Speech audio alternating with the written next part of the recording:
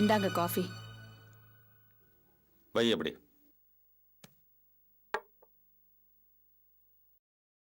எதுக்கு நீங்க இப்ப வருத்தப்படுறீங்க? அவங்க போனா போட்டோம், போன வரைக்கும் நல்லதுதான். நம்ம பொண்ணுக்கு என்ன வேற மாப்பிள்ள அமையாதா? உள்ளூர்லயே நல்ல மாப்பிள்ளையா பாருங்க.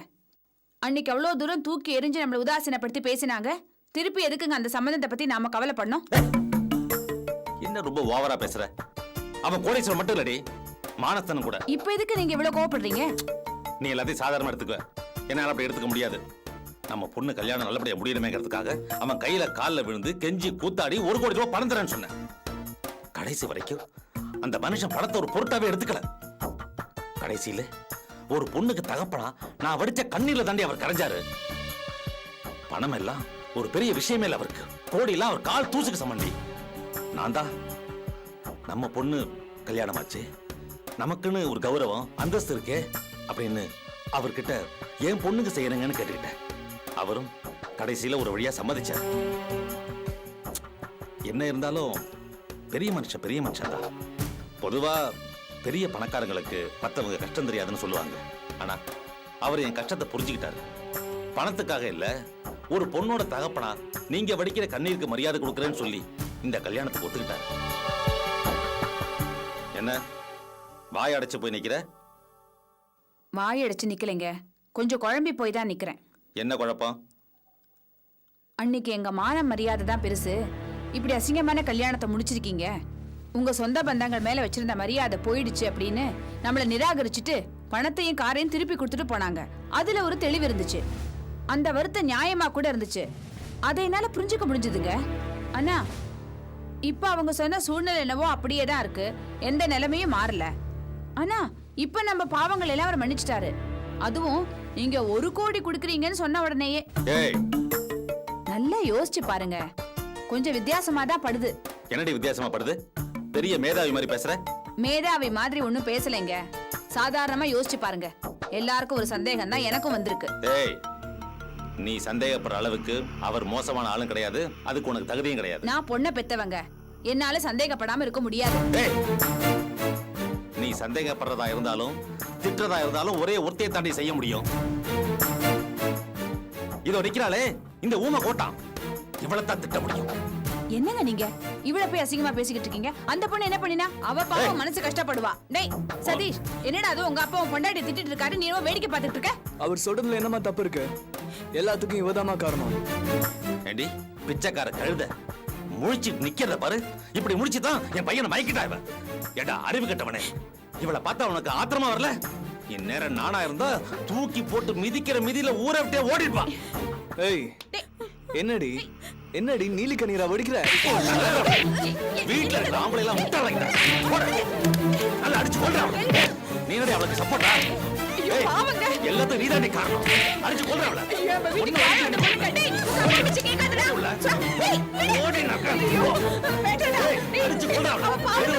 கொலை பண்ணிட்டு வண்டி.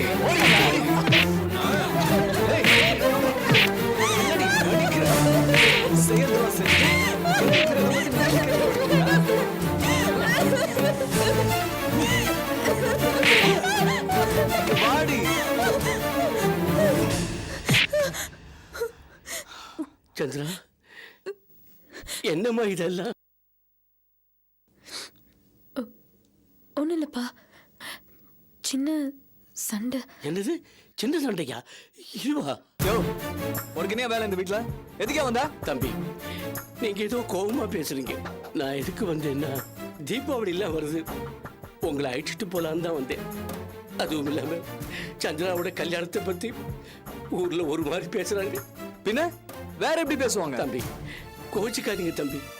ஒரு தடவை சந்திராவோட புருஷன் பொண்டாட்டியா ஊருக்கு வந்துட்டு போனீங்கன்னா உறவுக்காரங்க மத்தியில கொஞ்சம் கௌரவமா இருக்குன்னு தம்பி. இல்லைன்னா தேவையில்லாத அசிங்கமா போயிடும் தம்பி. என்ன தேவையில்லாத அசிங்கமா? இந்த அசிங்கம் உன் குடும்பத்துக்கு ரொம்ப தேவையா தம்பி? என் வீட்டுக்கே பெரிய அசிங்கம் வந்து சேர்ந்திருக்கு, நீ உன் குடும்பத்துல இருக்க அசிங்கத்தை பத்தி பேசுறியா? அசிங்கப்படுங்கய்யா, பெரிய ராஜ குடும்பம் நீங்க, பராரி பசங்க. மாப்பிள்ள இது பார், மாப்பிள்ள கீப்பிள்ள இன்னொரு தடவை இந்த வீட்டுக்குள்ள வந்தா மரியாதை கெட்டு போயிடும். வயசான ஆளாச்சுன்னு பாக்குறேன், நானே இந்த சனியில எப்படி ஒழிக்கலான்னு பாத்துட்டு இருக்கேன், நடுவுல வந்து கடுப்படிச்சுட்டு இருக்கியா? யோ போய வெளியே.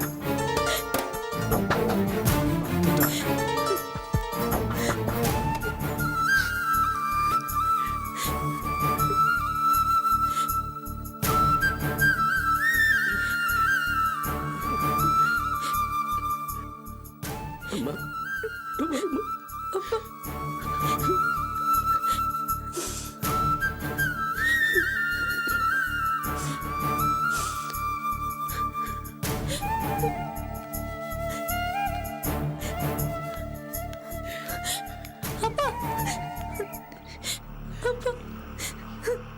என்ன என்னம்மா இதெல்லாம் கொடுமை?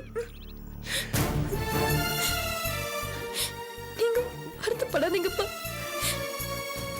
இது கஷ்டம் இல்ல, நானா தானே தேடிக்கிட்டேன். நான் தாங்கிக்கிறப்பா. நம்ம மான மரியாதை இதெல்லாம் முக்கியம்னா தாங்கிக்கிட்டு தானே ஆகணும். இல்லம்மா சந்திரா, கல்யாணம் ஆனப்போ நம்ம குடும்பத்தோட மான மரியாதையெல்லாம் நீ காப்பாத்தினு நினைச்சு நான் ரொம்ப சந்தோஷப்பட்டம்மா. ஆனா இப்போ உன்னுடைய சந்தோஷம் ரொம்ப தூரத்துக்கு போயிடும் போல இருக்குமா. அம்மா, இந்த மாதிரி ஒரு படப்பை தேடிக்கிட்டதுக்கு அது வேணான்னு தூக்கி எறிஞ்சிட்டு போயிருக்கலாமா நீ?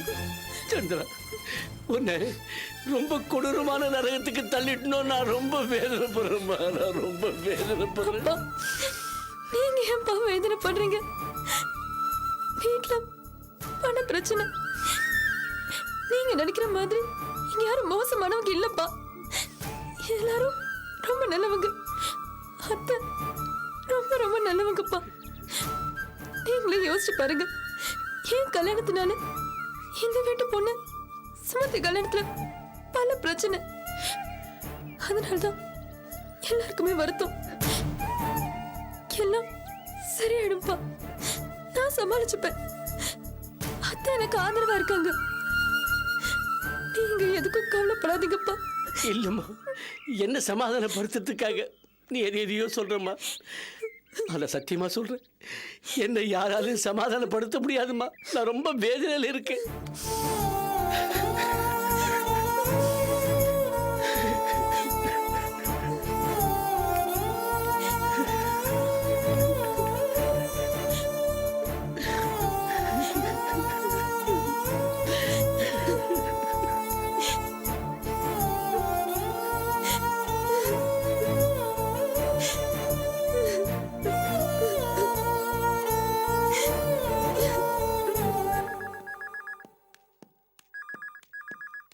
வாங்க தம்பி, எங்க இப்படி அக்காவை பார்க்க வந்தேன். உட்காருங்க, நான் போய் கூட்டு வரேன். சரிங்க சார், வாங்க.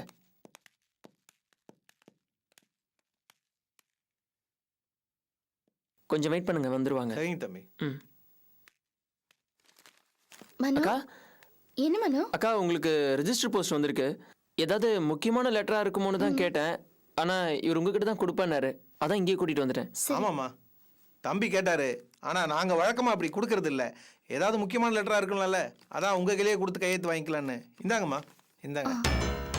ரொம்ப முக்கியமான லெட்டரா இருக்குன்னு தான் நான் இவரை ஆஃபீஸ்க்கு கூட்டிட்டு வந்துட்டேன்.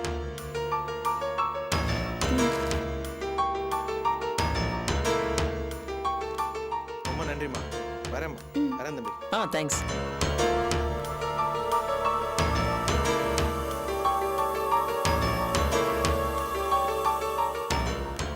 என்னக்கா அது? இது ஒரு சாதாரண லெட்டர் தான்டா. இதுக்கு நீ வெட்டியா அலைஞ்சிருக்க வேண்டியதில்லை. என்னக்கா சொல்ற? தெளிவா சொல்லு. ஒன்றும் இல்லை, வேலைக்கு அப்ளை பண்ணியிருந்தேன். அதான் கால் லெட்டர் அனுப்பியிருக்காங்க. இன்டர்வியூ அட்டென்ட் பண்ணா தெரியும். அவ்வளவுதானா? ம், ஆமாம். டேய், நீ கிளம்பு. சரி, நான் வரேன்க்கா. ம், கிளம்பு.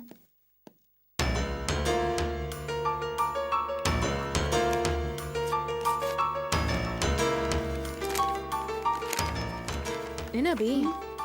என்ன நோட்டீஸ்? Court notice. கோர்ட் நோட்டீஸா? ம். என்ன சொல்லுது notice?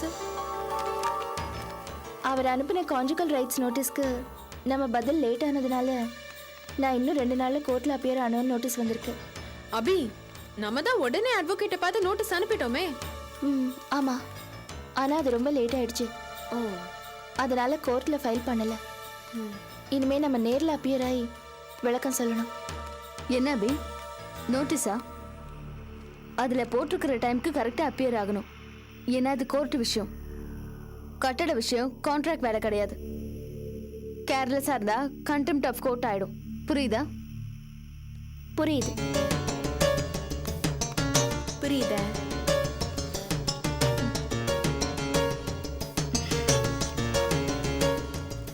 It's okay, cool down.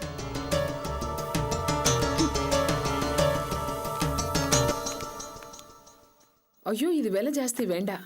விலை அதிகமா இருந்தாலும் நல்லா உழைக்குமா? வேண்டாங்க, கம்மியான விலையிலேயே காமிங்க. இத பாருங்க.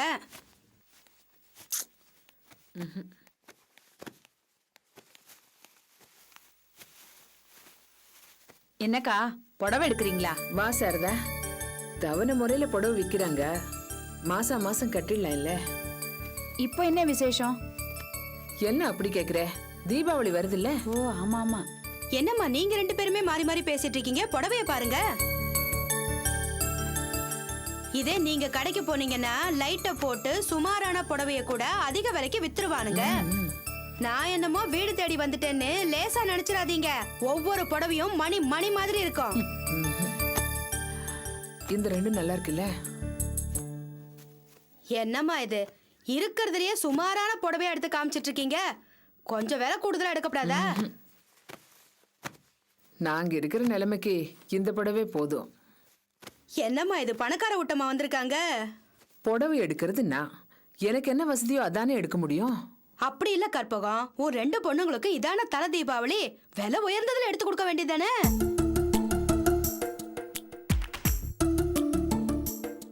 என்னம்மா முழிக்கிற? நானும் இந்த தெருவு தானே, உன் வீட்டு சங்கதி எல்லாமே எனக்கு தெரியும். அப்படி இல்ல, என்னையும் உன் உறவுக்காரி மாதிரி நினைச்சுக்க கற்பகம். உன் பொண்ணு அபி உன் வீட்ல இருக்காளா புருஷன் வீட்ல இருக்காளாங்கிறது முக்கியம் கிடையாது. நம்ம பொண்ணுங்களுக்கு செய்ய வேண்டிய கடமைகளை செய்யறதுதான் முறை. இப்ப நீ உன் மனசுல என்ன நினைச்சிட்டு இருக்க தெரியுமா? இவ என்னமோ புடவைய விக்கிறதுக்கு ஏதேதோ சொல்லிக்கிட்டு இருக்கான்னு நினைக்கிற. அப்படி கிடையாது கற்பகம். அபி இந்த தெருவுல போறப்ப வர்றப்பெல்லாம் பாத்துக்கிட்டு தான் இருக்கேன். நான் பார்த்து வளர்ந்த பொண்ணாச்சே, அவ நன்மைக்காக தான் சொல்றேன். இத பாரு, நம்ம பிள்ளைங்களுக்கு நாம செய்யறதுல எந்த குறையும் வைக்க கூடாது. இப்ப வேணா பிரச்சனையா இருக்கலாம், அது எப்ப மாறும் எப்படி மாறும்னு சொல்ல முடியாது. நம்ம வாழ்க்கையில இந்த விசேஷம் எல்லாம் ஒரு தடவை தான் வரும். சரித கொண்ட, நீ விட்டா விலை குறைஞ்ச புடவைய தான் எடுப்ப. நாளைக்கு நல்ல டிசைன்ஸ் எல்லாம் வருது, எடுத்துட்டு வர. அபி இருந்தாதான் வேலைக்கே ஆகும்.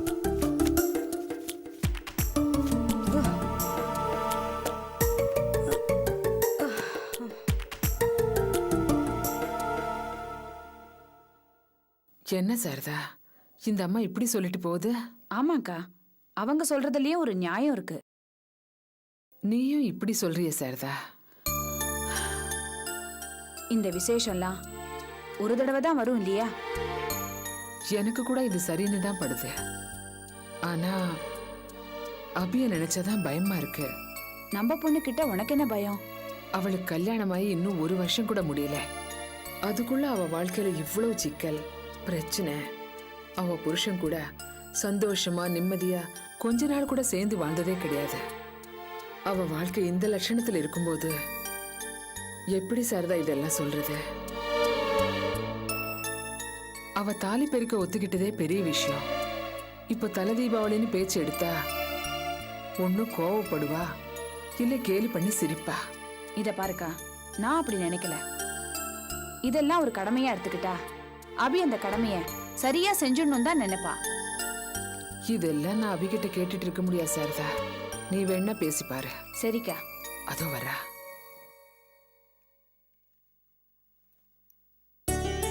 சித்தி எப்போ வந்தீங்க? இப்பதாம்மா வந்தேன்.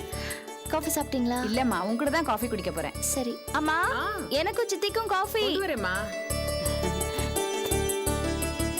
அப்புறம் சொல்லுங்க. அபி, ம், தீபாவளி நெருங்கிட்டு இருக்கு, அது தெரியும்ல? அதுக்கு என்ன சித்தி, வருஷ வருஷம் அது வந்துட்டு போறது தானே. இல்ல, அதே மாதிரி நாம வருஷ வருஷம் கொண்டாடணும்ல. போங்க சித்தி, நம்ம வீட்டில் நடக்கிற கூத்துக்கு பண்டிகை ஒன்று தான் குறைச்சல். எனக்கு தீபாவளியிலலாம் இன்ட்ரெஸ்டே இல்லை சித்தி.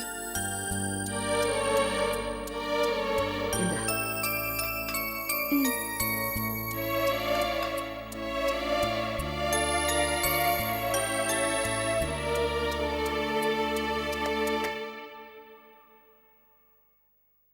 தீபாவளி வருஷம் வருஷம் வர்றதுதான். ஆனா இந்த வருஷம் தீபாவளி ரொம்ப விசேஷமானது. என்ன சொல்றீங்க? உனக்கு இது தலை தீபாவளி அபி.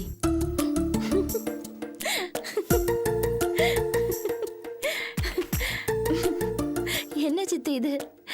எப்படி சிரிக்காம இதை சொல்றீங்க? கேட்கும்போது எனக்கே சிரிப்பு தாங்கல. தலை தீபாவளியா? தலை தீபாவளி பெரிய தீபாவளி. சிரிக்காதம்மா, நான் கொஞ்சம் சீரியஸா தான் பேசுறேன். நான் சிரிக்கிறதுக்கு காரணமே நீங்க இதை பத்தி ரொம்ப சீரியஸா பேசுறதுதான். என் கல்யாணமே ஒரு கேலி கூத்தாய் போச்சு. என் புருஷன் என்னை பத்தி ஒரு வில்லன் மாதிரி பேசுறாரு. என் எதிர்காலத்தை பத்தி நானே தெளிவில்லாம இருக்கேன். இதெல்லாம் கடக்கட்டும்னு விட்டுட்டு இப்ப என் தலை தீபாவளி பத்தி பேசுறீங்களே, அப்ப எனக்கு சிரிப்பு வராம வேற என்ன வரும்?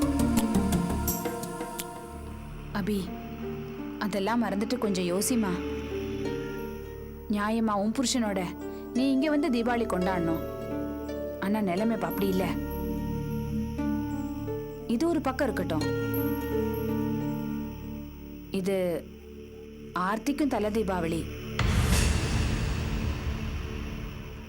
அவளையும் இங்க தீபாவளிக்கு கூட்டிட்டு வரணும்னு அக்கா யோசிக்கிறாங்க.